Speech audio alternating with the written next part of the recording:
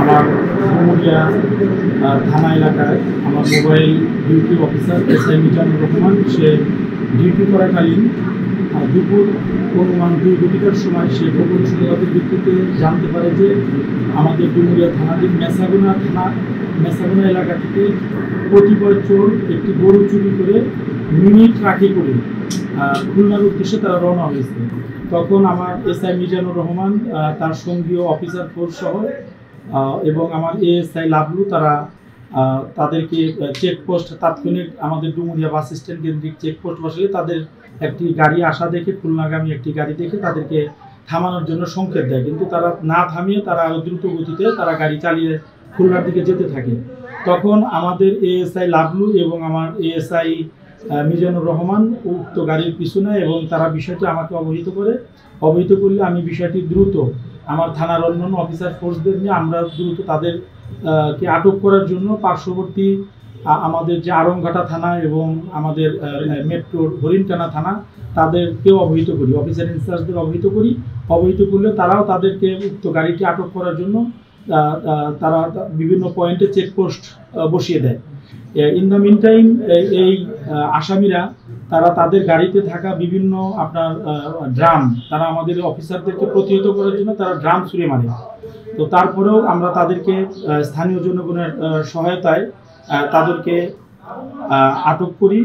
এবং এলাকা থেকে আপনার হরিণটানা থানা এলাকা থেকে তাদেরকে আটক করি এবং স্থানীয় জনগণ তাদেরকে ধৃত করার সময় তাদেরকে সামান্য তাদেরকে আহত করে এবং আমরা তো পরবর্তীতে সেখান থেকে একটি গরু উদ্ধার করি এবং জব্দ করি এবং তাদের ট্রাকটি জব্দ করি। তাদেরকে সেখানে তাৎক্ষণিক জিজ্ঞাসাবাদ করলে তারা জানায় যে তারা মেসাগুনা থেকে একটি গরু চুরি করে তারা এটা মোল্লারহাট নিয়ে যাচ্ছিল। পরবর্তীতে তাদেরকে আটক করার পরে আমরা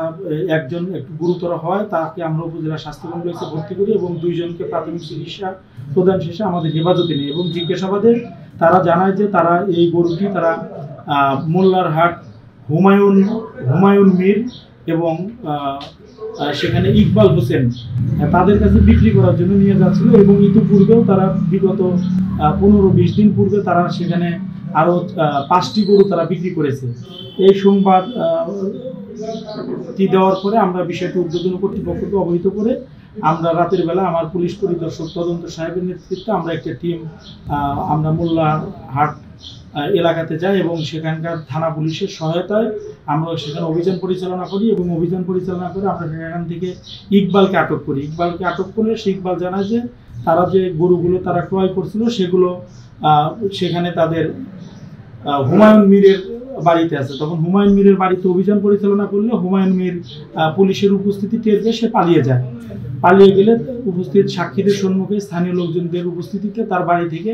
আরও 4টি গরু উদ্ধার করা হয়। মোট আসামি 6 জন, তার ভিতরে আমরা 4 জনকে ধৃত করেছি এবং 2 জন পলাতক আছে। এছাড়াও আরও এই ঘটনার সাথে আরও জড়িত আছে কিনা সেটা আমাদের তদন্ত অব্যাহত আছে।